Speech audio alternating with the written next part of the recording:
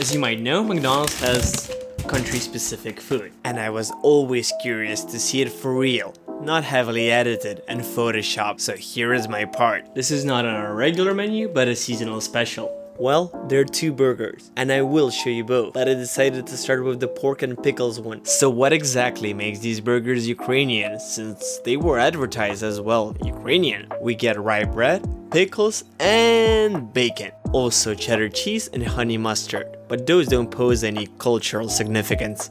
We do indeed eat a lot of pickled food, especially during the cold months, because, well, fresh is extremely expensive. Working full-time at McDonald's, you would get $472 before tax, and that's in the capital. That's $379 after tax. Just the burgers are $62 for the chicken and $65 for the pork, $104, $107 for the meal. Doesn't sound too bad until you consider that 11 out of the 42 million Ukrainian citizens are on government pension. That averages about 3,000 hryvnia. That's $124. 70% are actually getting lower than the average.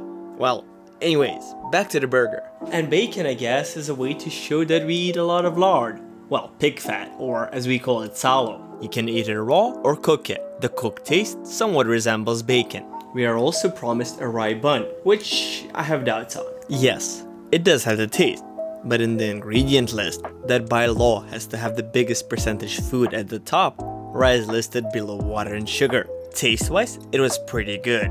Enjoyable even. Unlike the chicken variant. If the pork one had a more unique taste compared to the regular offering, the chicken one seems subpar and was rather dry. The mix itself doesn't seem really appetizing or interesting. Well, that's in my personal opinion. It's so sad that in Ukraine you can't add bacon to a burger, but I still think the McChicken is a better offering. Oh, and one more thing. Apparently, we don't have Coke Zero in Ukraine. McDonald's says not a lot of customers want it. So much for all the health propaganda.